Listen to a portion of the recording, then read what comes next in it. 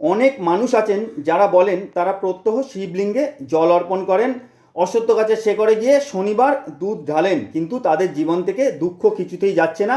শনি ও কেতুর খারাপ প্রভাব তাদের জীবনে লেগেই আছে, দুঃখ যেন তাদের জীবনের সর্বদা সঙ্গী। তাদের কাছে আমার একটা আন্তরিকভাবে অনুরোধ আছে, যখনই বাড়ির কাজের মানুষটিকে টাকা দেওয়ার ব্যাপারটি আসে, পেমেন্ট দেওয়ার ব্যাপারটি আসে, তখন অনেক মানুষ এমন আছেন যারা বিভিন্ন অজুহাত দেখিয়ে টাকা কেটে নেন বা দেব দেব করে ভোগান, অথবা বিভিন্ন কারণে প্রাপ্য টাকা কেটে নেন।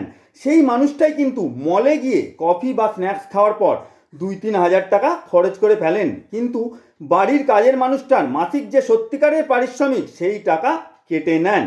তাহলে দুঃখের সাথে জানাচ্ছি বন্ধু, যে আপনার শনি ও কেতুর খারাপ প্রভাব আপনার জীবন থেকে কখনোই দূর হওয়ার নয়।